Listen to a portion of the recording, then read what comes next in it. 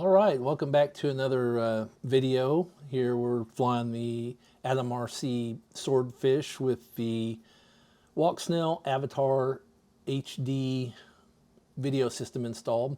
I really do like this system. I think it gives a great image, and being able to fly and capture footage like this with just a single camera and not having to run an additional camera is pretty awesome, I think. So anyway, I thought I'd go ahead and make this video. I had quite a few views on my last video, so I thought, well, why not? Let's go ahead and make another video.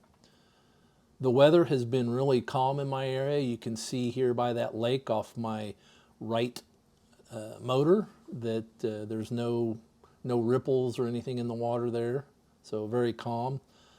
You can see the little golf course and some small soccer fields for youth that's in my city there. It's a really small golf course, but it gives folks the opportunity to go out and get some golf in. So also just in front of the right engine there, you'll see some bays on the building just right below me there. That's our volunteer fire department. So in my last video, I had mentioned that I had flown out to 4 miles, which was my personal best. And I had mentioned that I did that with a Park Zone Radian, which is a powered glider, basically. That was incorrect. I actually did that with a Park Zone Cub. So my personal best was 4 miles with that Park Zone Cub and not the Radian. So stay tuned here. This flight, I'm trying to beat my personal best of 4 miles. So let's, if you stay tuned and watch the video, maybe you'll see how I did. So we have had quite a bit of rain in the area. You can see water starting to collect there on the ground in a couple different areas. And again, that pond up on the right, you can see is pretty calm, no wind. So in my last video, I did mention that I'm wanting to work on my artificial horizon. When I do pan my camera here, you'll see that the artificial horizon is still there, and that does look kind of weird. So I want to try to get that resolved and get it to where that artificial horizon is not showing up anymore when I pan left or right. I'm coming up on a road, east-west road here. That road is fairly new. They have been doing a lot of construction in our area, and that intersection has been completely redone. It used to kind of jog instead of going straight through. It made a jog, so you'd have to get, if you're going north and south, you would have to get on the east-west road, make the jog, and then you could continue on north or south, however you want to do. You can see that car coming up the road there now. And we'll maybe fly out that direction a little bit later on, and maybe in another, actually we'll probably do that in another video, but we'll maybe fly out that way. There's a dirt track, a local dirt track there that maybe we'll fly around. Maybe we'll even fly around it with races going on and see what we can see there. You can see that green running through these fields. That is a drainage ditch. It's actually a floodway. That goes clear into the major town close to the little small town that I live in, and that drains all the rainwater and stuff off down into our main town there. In my last video, somebody had made a comment about my bit rate, and what they mentioned was that right before takeoff or right before launch, I had about 25, my bit rate was set at about 25. And as soon as I launch, that bit rate drops down to 13.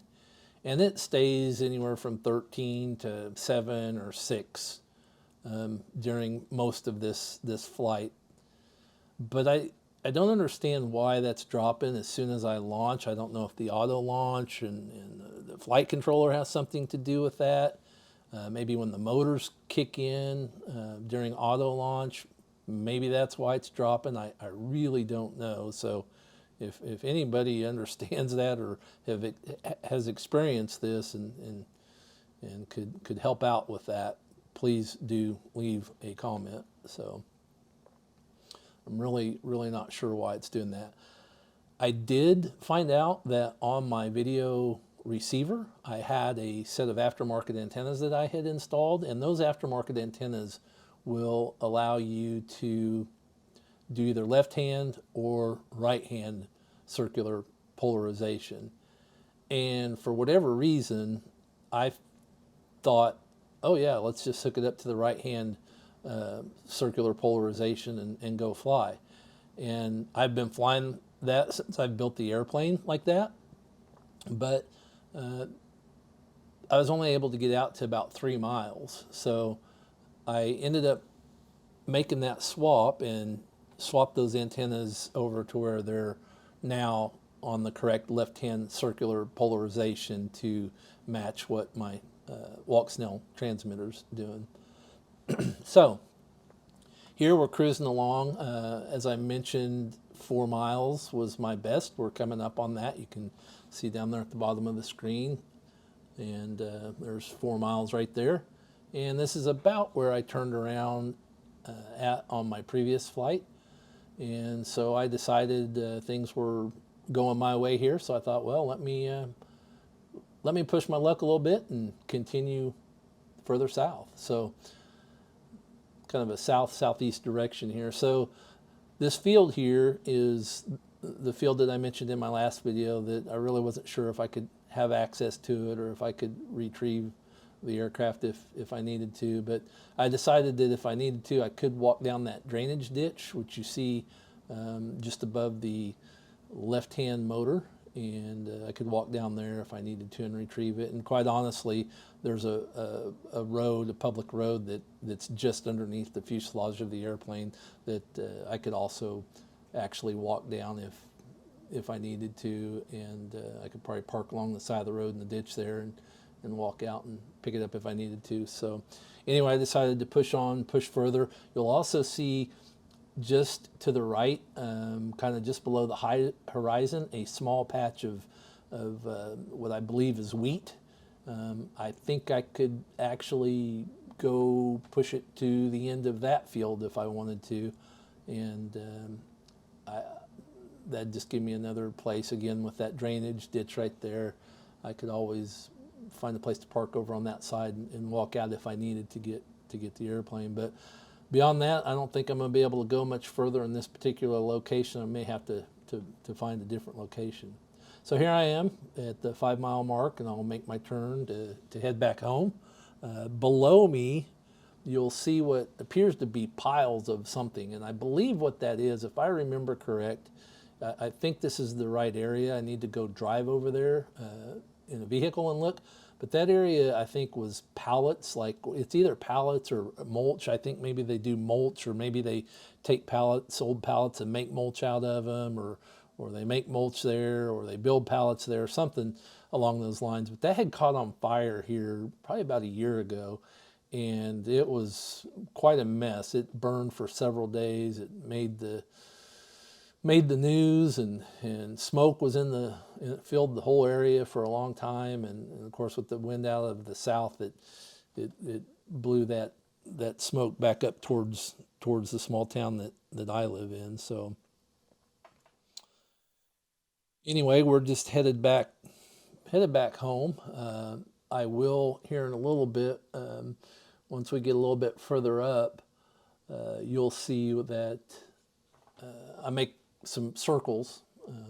It just happens that my daughter's boyfriend lives in the area that I'm going to circle, and that's kind of the area up by where the antenna was. You can actually kind of see it blinking there in the distance, but he kind of lives up in that area, and I ended up on my return flight home thinking, oh, let me just give them a call real quick and have them walk outside and maybe see if they could actually see me flying over. So they did end up going home. Here you see me an RC link and fail safe and return to home kicked in.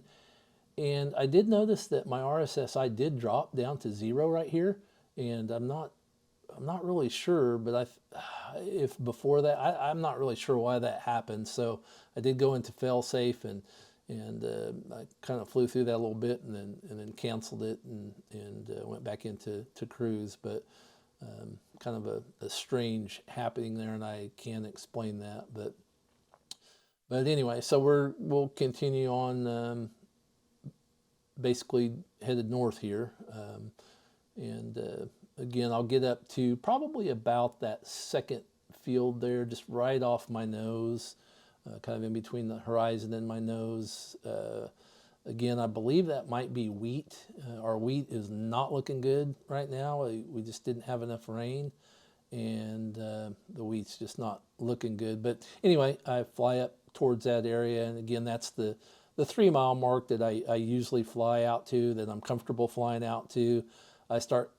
Originally I'd start getting past that point, and I'd get a little bit nervous and was scared to fly on past that. But obviously you can see I've gone a couple miles past that in my last 2 flights. So, but anyway, this is the area pretty close to where my daughter's boyfriend lives, and they had gone outside, and he was actually even able to get some ground footage of the aircraft flying over. They said that they could actually see it really well. The nav lights, or the not nav lights, but the position lights on this thing, the 2 LED lights, the green and red lights on the wing tips on this thing, pretty incredible. They are actually really bright, and you can actually see the thing really well, and especially as it gets a little bit darker, I mean it's really lights up the plane very well. So it's kind of easy to spot. You can kind of see I'm flying along the path there of that floodway again that I mentioned earlier. So I'll just kind of fly around here. Again, my daughter and her boyfriend are checking it out and looking as I fly over the area, and I couldn't really pick them out anywhere here. There's just so many trees and stuff here. I couldn't really see them. I was hoping maybe I would be able to pick them up, but definitely could not see them at all. And again, I have to be careful because that tower is turning in towards that tower, and you can see it there. Right off the nose and off the right engine there blinking, or right motor there blinking. So anyway, there's a picture of the nav light, or the position light, the green position light. You can see how bright it is, and there's still pretty good sunlight hitting that wing. So yeah, it's pretty bright. I think this is where I bail out on them and end up heading back to home and finish out the rest of the flight here. Over my right wingtip here, you can see that building kind of out on the horizon. Again, sorry for that crazy artificial horizon. That'll be gone soon, but I've actually kind of turned around and headed back towards them. But that big white building that you saw out there, that's actually an Amazon facility that's pretty new. I think it's been here probably a year or two, maybe at the most. So it seems like my parts get here a lot quicker now. So there are the stock antennas. I still have not put the hammer antennas on this aircraft yet. I still need to take that video tray apart and get those stock antennas out of there and put those hammers in. But like I mentioned, the weather has just been so nice, and I've been really just in the evenings after I get off work, just spending time out there flying, and I just really don't have a lot of time to work on the airplane. So I'm just trying to make some of the small changes that I can, but I really do want to get those antennas replaced and do another flight and see how that does. I will have a flight, like I said, coming up, and we'll see how the horizon thing works out and see if I can make that all work and get rid of that horizon on the pan and stuff like that.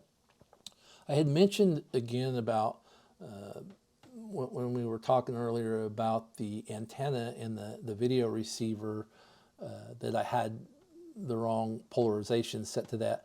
And I don't remember if I mentioned this, but there is a calibration that you can do, and I will look again. I'll look into trying to get that calibration done, and maybe that'll help that where the bit rate drops. And I know there's a video out there that mentions how to do that. So, all right, we are headed back home now. Again, at some point, I will maybe try to fly out there towards the east, which would be off of the left-hand motor. I'm kind of headed a little bit that way now, but I'll head out that way sometime and try to show you the dirt track. So I think that would be kind of cool to maybe catch it when there's races going on. We'll see how that works. I may even try to fly out there towards the Amazon facility and see if we can see what's going on there from the air. I mentioned also in my last video that I'm working on a Hewing T1 Ranger, and I am happy to say that I did get a little bit of work done on that. I did have some free time a few days ago to work on that, and I have a vent and a video video transmitter mount. It's kind of an all-in-one deal, and you basically cut out the foam, the existing foam in the front where the camera would normally go. You cut that out, and this this video transmitter / vent will slide in there, and if you don't glue it in, you can make it a snug enough fit, the way it fits, to be able to remove it from either the moving it forward or aft. You can go through the fuselage or through the nose, either way, and you can get access to pulling the video transmitter out. That was something that was designed, again, you hear me mention him a lot in my videos, mainly because I like the way he does stuff, and he's been helpful, and I like how he does it, so I kind of mimic what he does, and that's Bonafide Pirate. He designed the mount for the VTX, the mount vent for the T1 Ranger, and he also has a battery tray for the T1 Ranger that I printed out, and that you can move fore and aft depending on where you need to put your CG. The way that's set up, that T1 Ranger has a set of, it's like plywood rails, basically, if you will, going through the fuselage, where you can kind of adjust where you're putting your equipment in. And like I said, he made a mount for it, and it works really well. And he also made that vent. So I'll maybe try to leave a description or a link down in the description, so that if you're building the Hewing T1 Ranger and you want those parts and you have a 3D printer, you can go do that. He also made the video transmitter mount for this airplane, the Swordfish, and also a really cool design. And he actually had worked on the files for me, since I'm running the stock antennas. The files that he originally made were for his hammer antennas that he had installed on his airplane, and the base there, you can see they were a little bit larger for the hammer. The diameter of the tube that surrounds the coax there, they were a little bit larger for the hammer, so mine were fitting kind of loose, and he ended up redesigning the files so they're smaller. I think they're like a 3mm, maybe for the stock, and I think they were 5mm for the hammers. So they just fit a little bit better since he redid that file. And he has both of those files out there available. And again, I'll try to leave a link in the description. So hopefully we'll get the Hewing T1 Ranger maiden soon. I hope that goes well, well enough that I can post a video on it. I really do appreciate, I was kind of stunned at how many folks actually watched my last video, and I'm I decided, you know what, if people are watching, let me try to make another one. And it's a little bit hard doing it the way I'm doing it, but maybe I'll get better at it, and hopefully it provides some content that's helpful for people, or maybe just like listen to somebody talk as they fly around. I don't know. You know, I'd appreciate it if you would leave a comment if you want, and tell me whether you like it or not. I know the last video had a few likes, and so I think there's a little bit of interest in it, and I'd keep doing it if people like it. So it is a lot of work, and it does take some time to do. So I don't know if I mentioned this earlier in the video, but I am using the Sneaky FPV fonts, and I do have a recorder that has a pass-through on it that I could record in real time the flight. The only issue that I have with that is as I record, that recording would be of the fonts that are currently compatible between INAV and Walksnail, and I wouldn't have the Sneaky FPV fonts that you're seeing here on screen now. So I'm hoping that gets fixed. I know that with, I think it's ArduPilot maybe, that I believe that Walksnail has written their firmware to where the fonts do work with ArduPilot, but they're not working with INAV. So I'm not sure what's going to happen there, but I'm really hoping that at some point that these fonts can be loaded to where I don't have to do the overlay. So I mentioned I run a Mac computer before, and that's more oriented towards Windows. The wind kind of shifted here on my landing. It actually kind of started coming out of the east, so you can kind of see me crabbing in a little bit here. And again, this field's super rough. It's not the greatest landing in the world, but like I mentioned, I'll continue to work on it. I'm actually kind of landing in a ditch, and it's uneven right here, and I'm landing on some uneven ground, and I kind of dip that wing in. So anyway, I hope you like the video, and I appreciate you joining, and like I said, if you leave a comment and share and like, that would be awesome, and I'll try to keep making these videos. Thanks again for tuning in, and we'll catch you next time.